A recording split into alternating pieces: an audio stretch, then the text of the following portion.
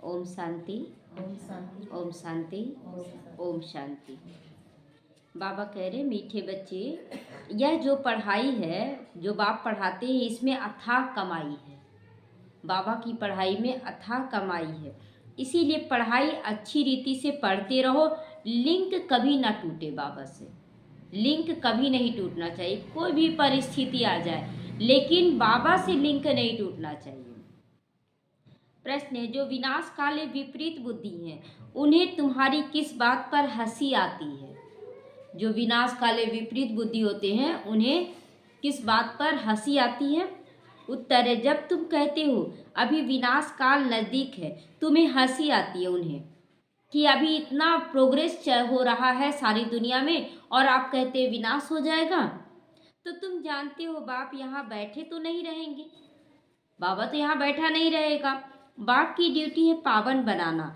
तो जब पावन बन जाओगे तो वह पुरानी दुनिया विनाश होगी कि नहीं? जब नया घर बन जाएगा तो पुराना घर तो तोड़ेंगे ना, तो नई आ जाएगी। यह लड़ाई है ही विनाश के लिए। जो विश्व युद्ध लगेगा, अगर ये लास्ट विश्व युद्ध लगेगा जो विनाश के लिए ही लगेगा। तो तुम देवी देवता बनते हो, इस संग कलयुगी छीछी सृष्टि पर आ नहीं सकते।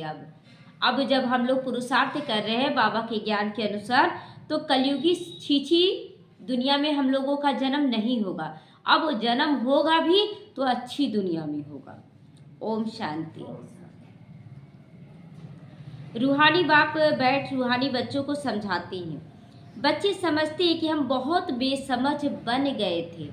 कितने बेसमझ बन गए थे कि स्वयं के स्वरूप को ही भूल गए थे कि मैं आत्मा हूँ।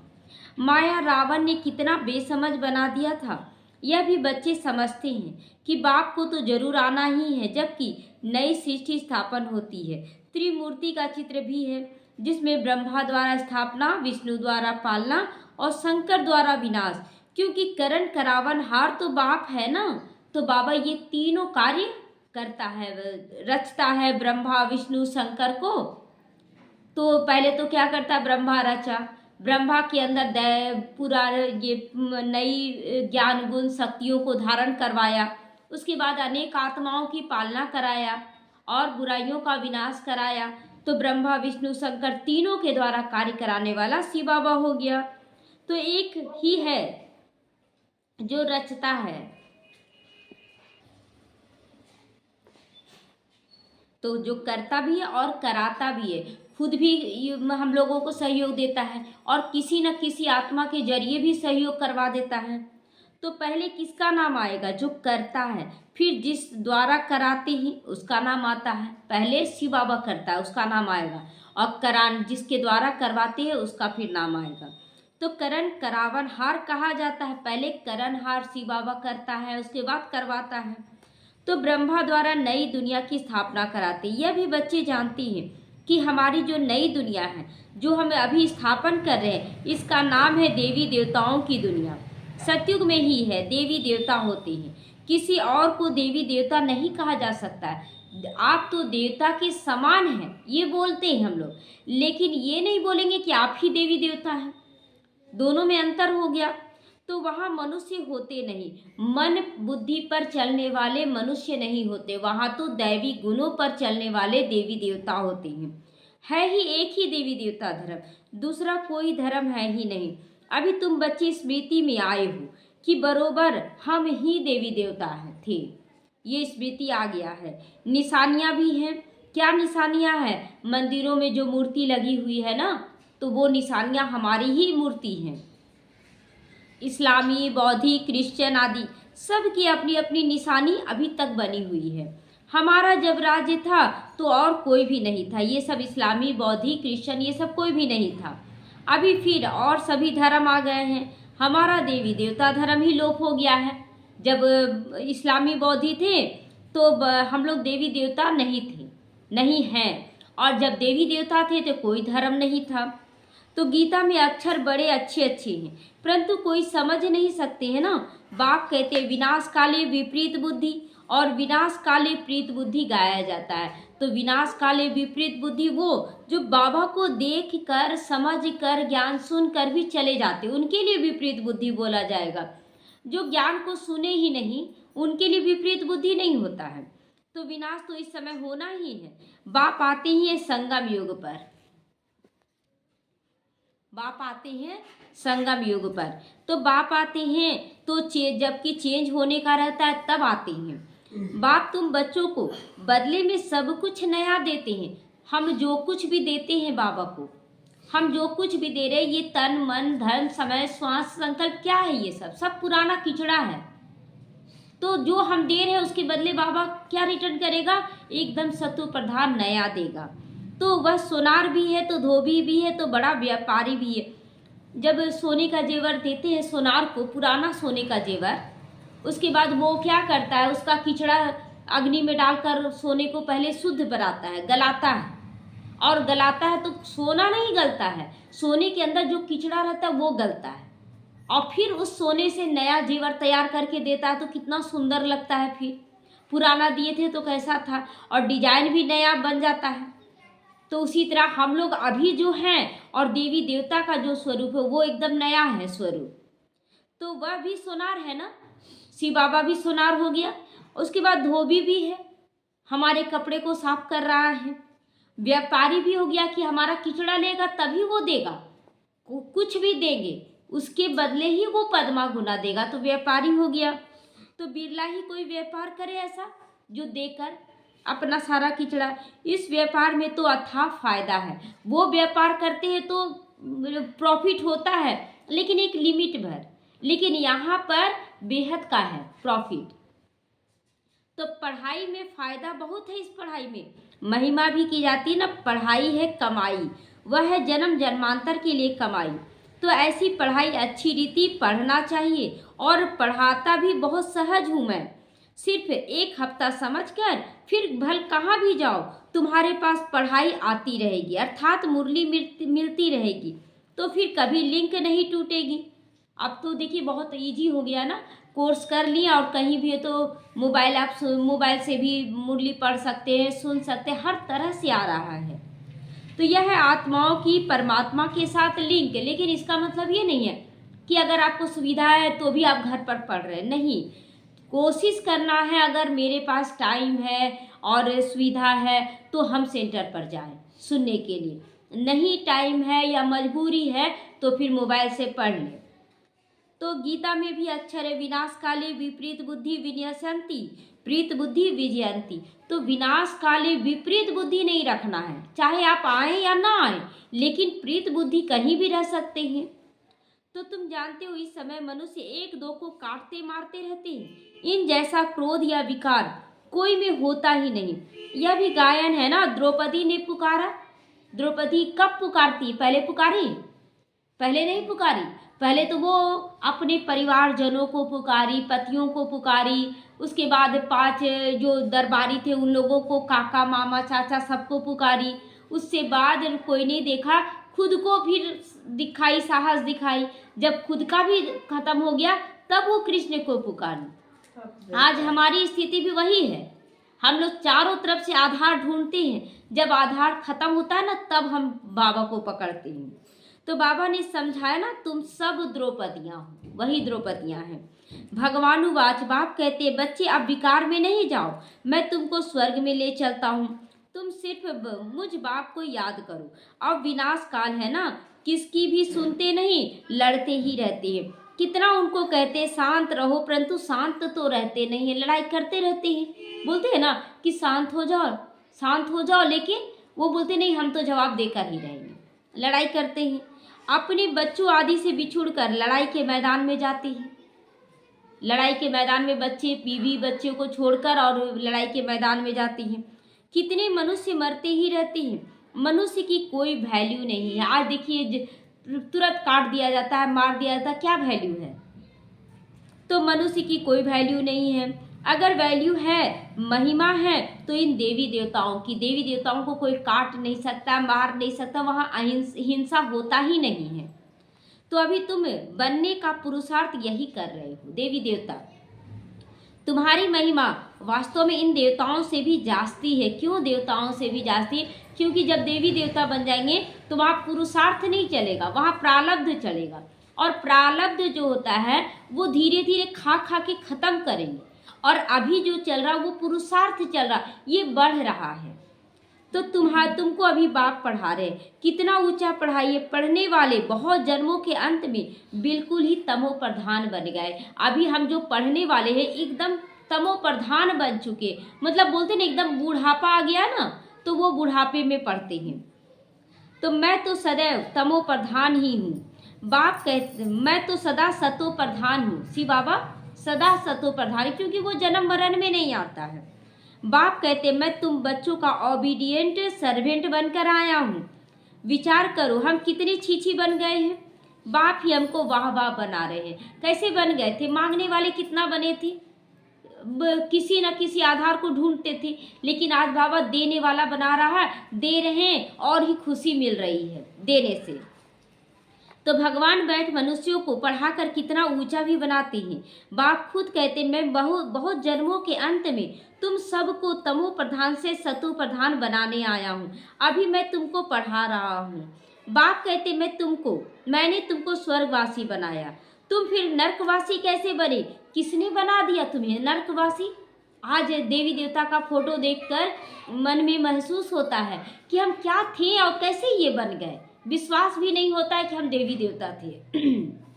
तो गायन भी है ना, विनाश काले विपरीत बुद्धि विन्यसंति प्रीत बुद्धि विजयंती। तो फिर जितना जितना तुम प्रीत बुद्धि रखोगे, बहुत याद करोगे, उतना तुम्हारा ही फायदा होगा। तो कहीं भी रहें हम बाबा से प्रीत बुद्धि रखें। बाबा ही मेरा है सब कुछ और कुछ भी नहीं। तो लड़ाई के मैदान में है ना, तो यहाँ कोई नहीं जानता कि गीता में कौन सी युद्ध बताई गई, कौन सा युद्ध बताया गया। तो उन्होंने तो कौरव और पांडवों का युद्ध दिखा दिया। कौरव संप्रदाय और पांडव संप्रदाय भी हैं। तो यहाँ कौरव भी हम ही हैं, पांडव भी हम ही हैं। जब विकारी है तो कौरव बन गए हैं, और जब हम गुणों को धारण करने लगते हैं पांडव का गुण, तो अंदर में ही युद्ध चलता है कि ये सही कि ये सही। लेकिन पांडवों की ही विजय है, क्योंकि भगवान के साथ हम चल रहे हैं। तो यह युद्ध कोई बाहर का नहीं है। पांडव उनको कहा जाता है जो बाप को जानते हैं, उनको पांडव कहा जाता है। तो बाप से प्रीत बुद्धि है। कौरव उनको कहा जाता है जो विपरीत बुद्धि है। तो बाबा का बनने के बाद ही ये दोनों चीज होगा ना। जो बाबा को बने ही नहीं, जो या पहचाने ही नहीं, उनके लिए नहीं कहा जाता विपरीत बुद्धि। तो बाबा कहता है कि कौरव वो जो पहचान कर भी नहीं पहचान रहे, उनकी बातों को नहीं मान रहे हैं, और पांडव वो जो पहचान कर उनकी श्रीमत पर चल रहे हैं। तो अक्षर तो बहुत अच्छे अच्छे हैं, लेकिन समझने लायक बनना चाहिए। अभी है संगम युग, तुम बच्चे जानते हो नई दुनिया की स्थापना हो रही है। बुद्धि से ये सब काम लेना है। अभी दुनिया कितनी बड़ी है। सतयुग में कितने थोड़े मनुष्य हैं। सतयुग में बहुत थोड़े मनुष्य होंगे, इतने अभी 850 करोड़ लगभग हैं। और सतयुग में कितने मनुष्य हो जाएंगे? मात्र 9 लाख। 9 लाख 33 करोड़ नहीं होंगे, 33 करोड़ त्रेता के लास्ट में होंगे। तो झाड़ कितना छोटा होगा ना, तो वह झाड़ फिर बड़ा होगा। मनुष्य सृष्टि रूपी यह उल्टा झाड़ कैसे है? उल्टा झाड़ है, बीज ऐसे धरती के नीचे करते हैं ना, और ये झाड़ बीज ऊपर में रहता, झाड़ नीचे आता है। तो ये सब कोई नहीं समझता। इनको कल्प वृक्ष कहा जाता है। वृक्ष का नॉलेज भी चाहिए ना, कैसे कैसे पत्ते फूल फल सब लगे। तो और वृक्षों का नॉलेज तो बहुत बहुत ईजी है, झट बता देंगे। हाँ ये आम का वृक्ष है, ये इमली का है, सब कुछ बता देंगे। इस वृक्ष का नॉलेज भी ऐसा ईजी है, परंतु यह है ह्यूमन वृक्ष। ये ह्यूमन वृक्ष है जिसके बारे में केवल एक बाबा ही बता सका, हम लोग नहीं जान सके। तो मनुष्यों को अपने वृक्ष का पता ही नहीं पड़ता। कहते भी गॉड फादर इज क्रिएटर, तो जरूर चैतन्य है ना, क्रिएट करते हैं आकर हम लोगों को। तो बाप सत्य है, चैतन्य है, ज्ञान का सागर है। उनमें कौन सा ज्ञान है यह कोई नहीं समझते। बाप ही बीज रूप चैतन्य, तो कौन सा ज्ञान है? उनके अंदर आदि मध्य अंत का ज्ञान है। आदि मध्य अंत माना सतयुग त्रेता द्वापर कलयुग, अब ये संगम युग पर क्या होता है। तो उनसे ही सारी रचना होती है। तो बाप बैठ समझाते, मनुष्यों को अपनी झाड़ का पता नहीं, और झाड़ों का तो अच्छी रीति जानते हैं, झाड़ का बीज अगर चैतन्य होता तो बतलाता ना, परंतु वह तो जड़ है।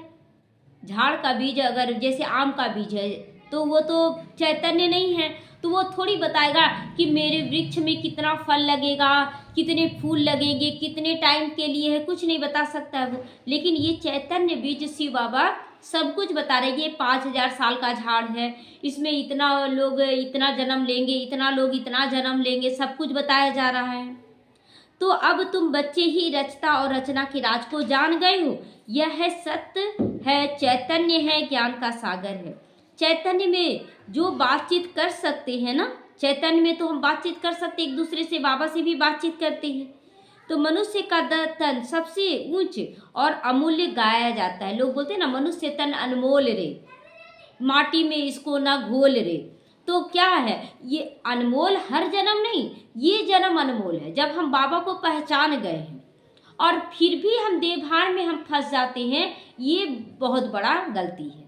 कि जान रहे कि मैं आत्मा हूँ, आज कितनी आत्माएं फिर भी फंस के बोलती हम क्या करें। अरे क्या करें, जब हम आत्मा है तो हम क्या करें। ये तो रोज ज्ञान दिया जा रहा है। तो इसका मूल्य कथन नहीं कर सकते हैं, मूल्य कथन नहीं कर सकते हैं।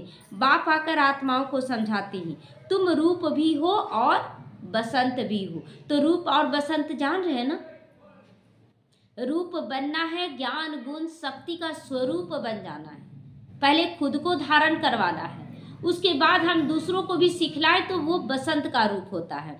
तो बाप है ज्ञान का सागर, उनसे तुमको ज्ञान रतन मिलते हैं। यह ज्ञान रतन है, जिन रत्नों से वह रतन भी बहुत ढेर मिल जाते हैं।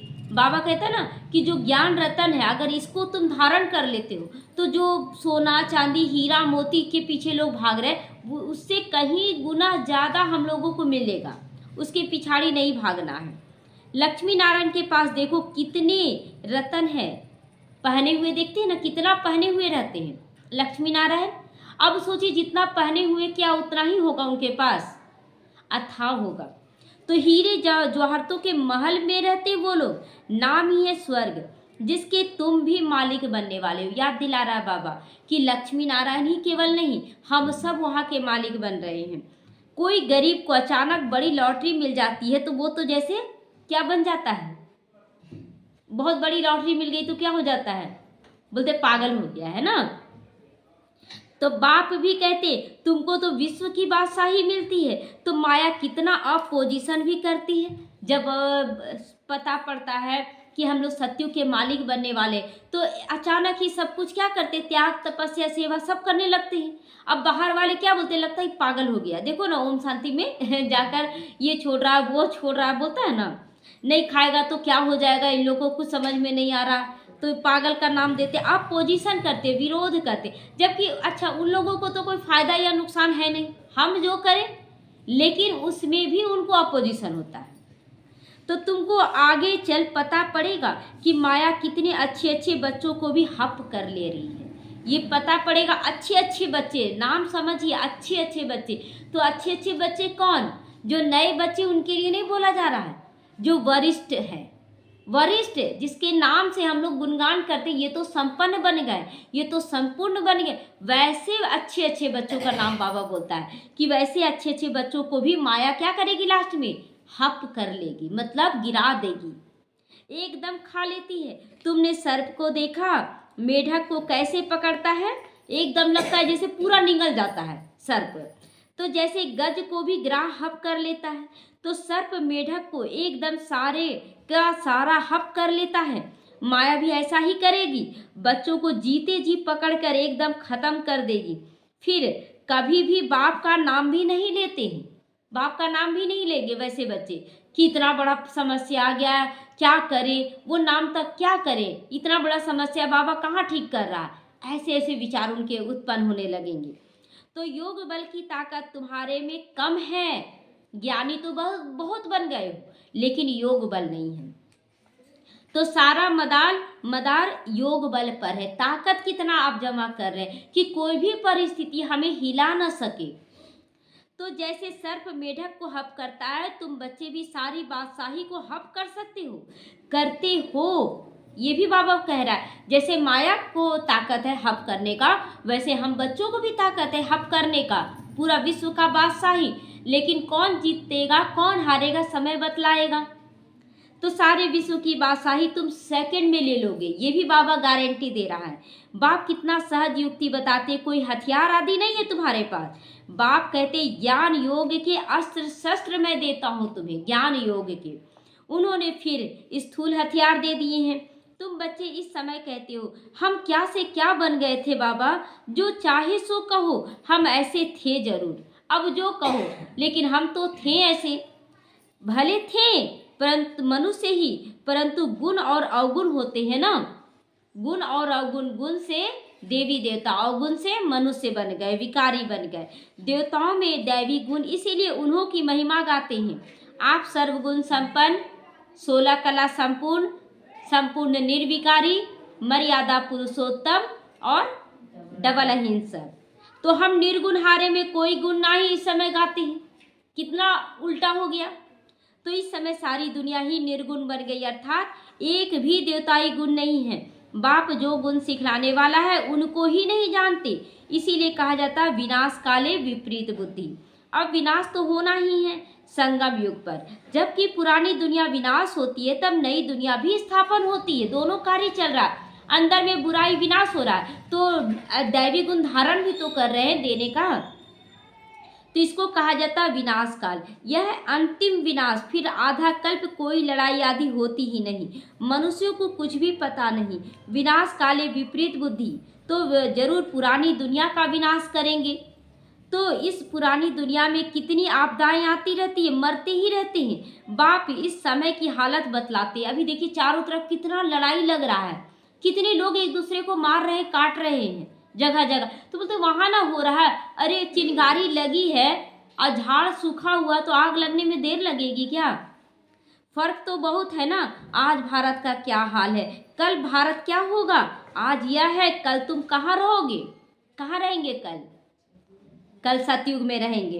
तो तुम जानते हो नई दुनिया कितनी छोटी थी, वहां तो महलों में कितने हीरे जवाहरात आदि होते हैं। भक्ति मार्ग में तुम्हारे मंदिर कोई कम थोड़े ही होता है। सिर्फ कोई एक सोमनाथ का मंदिर थोड़े ही होगा, एक कोई बनाएगा उनको देखकर और भी बनाएंगे। एक सोमनाथ का मंदिर से इतना धन लूटा तो सोचो कितना धन लगा होगा।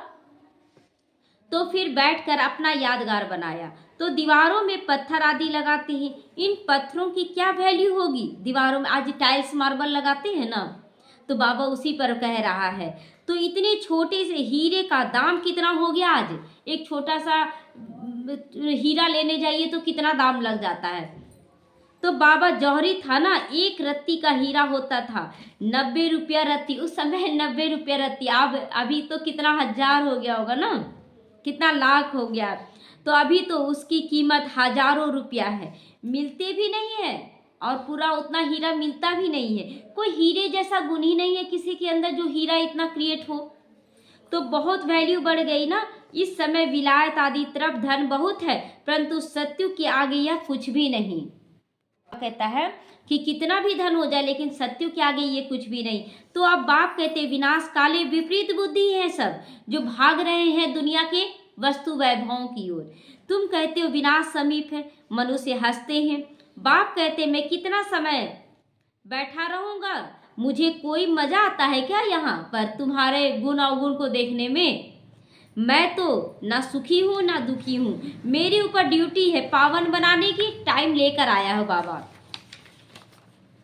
तुम यह थे, अब ये बन गए हो, फिर तुमको ऐसा ऊंचा बनाता हूँ। तुम जानते हो हम फिर से वह बनने वाले हैं। अब तुमको यह समझ आई कि हम देवी देवता घराने के भांति थे, रजाई थी, फिर ऐसे अपनी रजाई गंवाई और फिर और आने लगे। अब यह चक्र पूरा हो गया। अब ये चक्र सतयुग से लेकर कलयुग तक का चक्र पूरा हो गया। अभी तुम समझते हो लाखों वर्ष की बात ही नहीं, यह लड़ाई है विनाश की। उस तरफ तो बहुत आराम से मरेंगे, बाबा कहता उस तरफ तो बहुत आराम से मरेंगे, कोई तकलीफ नहीं होगी, हॉस्पिटल आदि ही नहीं रहेंगे। कौन बैठकर सेवा करेंगे और रोएंगे, वहां तो यह रस्म ही नहीं। बाबा कहता है कि बहुत आराम से वहाँ पर सतयुग में आराम से शरीर छोड़ेंगे, और यहाँ पर भी लास्ट में क्या है, बम फेंका जाएगा, उसमें भी आसानी मौत समझिए होगा। तो वहाँ क्योंकि रोने वाला कोई नहीं होगा, कोई इलाज करने वाला नहीं होगा, तो उन्हों की मौत सहज होती है। यहाँ तो दुखी होकर मरते, क्योंकि तुमने सुख बहुत उठाया है तो दुख भी तुमको देखना है। जो बहुत करोड़पति हैं उनको अगर भूखे रहना पड़े तो उसको ज़्यादा भूख की अंदर में फीलिंग आएगी, और जो रोज थोड़ा कम खा रहा तो उसको नहीं लगेगा। तो इसलिए बाबा कहता है बच्चे अभी से प्रीत बुद्धि बनकर तैयारी करो। खून की नदी यहाँ बहेगी, यह वह समझते हैं। लड़ाई फिर अंत शांत हो जाएगी, परंतु शांति होनी नहीं है। मिरुआ मौत मल्लू का शिकार होगा। मल्लू का शिकार कौन करेगा? हम बच्चे करेंगे। और मिरुआ मौत कितनी लोग मरेंगे। तो तुम देवी देवता बनते हो, फिर कलयुगी छीछी सृष्टि पर तुम नहीं आ सकते हो। गीता में भी है ना भगवानुवाद, विनाश भी देखो तो स्थापना भी देखो, दोनों देखेंगे। साक्षात्कार भी हुआ ना, यह साक्षात्कार सब अंत में भी होंगे। फलाने फलाने ये बनते, उस समय सब रोएंगे, बहुत पछताएंगे, सजा खाएंगे, नसीब को कूटेंगे कि हम क्या कर लिए, विपरीत बुद्धि बनकर हम क्या कर लिए। इसीलिए प्रीत बुद्धि बने, लेकिन कर क्या सकेंगे लास्ट में? कुछ नहीं। तो यह तो 21 जन्मों की लॉटरी है। स्मृति तो आती है ना, साक्षात्कार बिगर किसी को सजा नहीं मिल सकता। आप क्या क्या किए ना, सब कुछ साक्षात्कार होगा। ट्रिब्यूनल बैठती है ना, सभा बैठेगी, आपने ये किया, सब कुछ बताया जाएगा। तो इसीलिए बाबा कहता अभी से अटेंशन दो। अच्छा, मीठे मीठे सीखी लदे बच्चों प्रति माता पिता बाप दादा का याद प्यार और गुड मॉर्निंग। रूहानी बाप की रूहानी बच्चों को नमस्ते। हम रूहानी बच्चों की रूहानी माता पिता बाप दादा को याद प्यार, गुड मॉर्निंग और नमस्ते नमस्ते, शुक्रिया बाबा शुक्रिया। धारणा के लिए आज मुख्य सार है, स्वयं में ज्ञान रतन बन धारण करके रूप बसंत बनना है। स्वयं में धारण करो तब रूप बनोगे, और उसके बाद बसंत बनना सबको देना है। ज्ञान रत्नों से विश्व की बादशाही की लॉटरी जरूर लेनी है। इस विनाश काल में बाप से प्रीत बुद्धि रखकर एक को ही याद करना। ऐसा कोई कर्म नहीं करना जो अंत समय में पछताना पड़े और नसीब कूटना पड़े कि ऐसा नसीब क्यों हो गया। वरदान सदा स्नेही बनकर उड़ती कला का वरदान प्राप्त करने वाले निश्चिंत विजयी और निश्चित भव। निश्चित विजयी और निश्चिंत भव। बाबा कहता है स्नेही बनकर, बाबा का स्नेही बनकर, स्नेही बन उड़ती कला का वरदान प्राप्त करने वाले निश्चित विजयी और निश्चिंत भव। स्नेही बच्चों को बाप दादा द्वारा उड़ती कला का वरदान मिल जाता है। उड़ती कला द्वारा सेकंड में बाप दादा के पास पहुंच जाओ तो कैसे भी स्वरूप में आई हुई माया आपको छू नहीं सकेगी। बाबा की गोद में जाकर, कल भी आया था आज भी आया ना, कि बाबा की गोद में समा जाए, कैसी भी समस्या है बस आप उसको समाधान करते जाओ, निश्चिंत रहे तो निश्चित विजय हो जाएगी। परमात्मा छत्र छाया के अंदर माया की छाया नहीं आ सकती। बोल दे सब अच्छा है, लेकिन आप ही बोलते रहेंगे बहुत बुरा हो रहा, बहुत बुरा, तो आप तो माया की छाया में हैं। तो स्नेह मेहनत को मनोरंजन में परिवर्तन कर देता है, मेहनत को मनोरंजन में अनुभव कराएगा। स्नेह हर कर्म में निश्चित विजयी स्थिति का अनुभव कराता है। स्नेही बच्चे हर समय निश्चिंत रहते हैं। जो बाप के प्यार में लवलीन है वो निश्चिंत रहते हैं। स्लोगन है नथिंग न्यू की स्मृति से सदा अचल रहो तो खुशी में नाचते रहोगे। कल्प कल्प अगर आज हम 1 घंटा रोएं तो हर कल्प 1 घंटा रोएंगे। अब 1 घंटा का कितना साल बन जाएगा।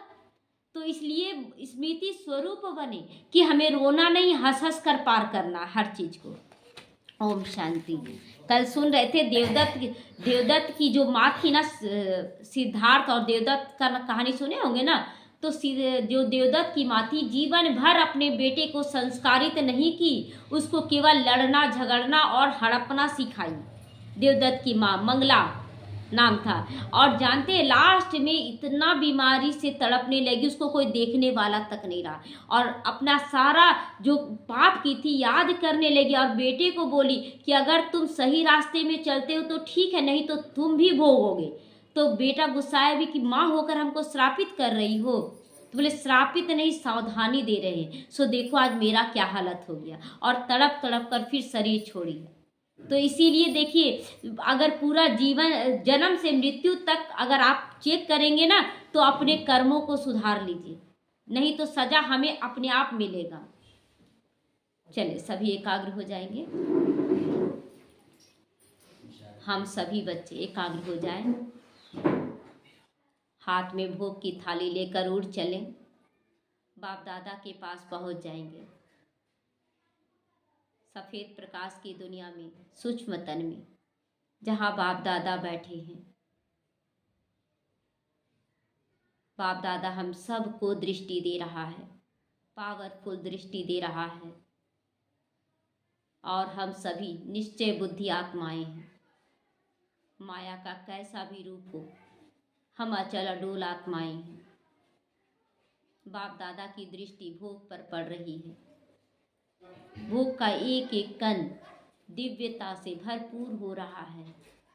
ज्ञान गुण शक्तियां सब दिव्य बनती जा रही हैं। बाबा बड़े प्यार से इस भोग को स्वीकार कर रहा है और हम सभी बच्चों को सफलता मूर्त बनने का वरदान दे रहा है। सदा निश्चिंत रहने का, निश्चित विजयी होने का वरदान दे रहा है। एक एक बच्चा स्वीकार करे कि बाबा मुझे वरदान दे रहा है सदा सफलता मूर्त बनने का, सदा निश्चिंत रहने का और सदा निश्चित विजयी बनने का। बाबा कह रहे हैं, मीठे बच्चे, संशय बुद्धि विन्यसंति, निश्चय बुद्धि विजयंती।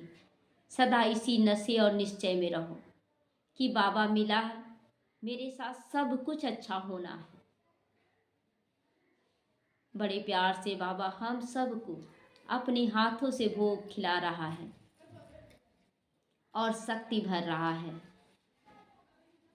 शुक्रिया मीठे बाबा, शुक्रिया। ओम शांति।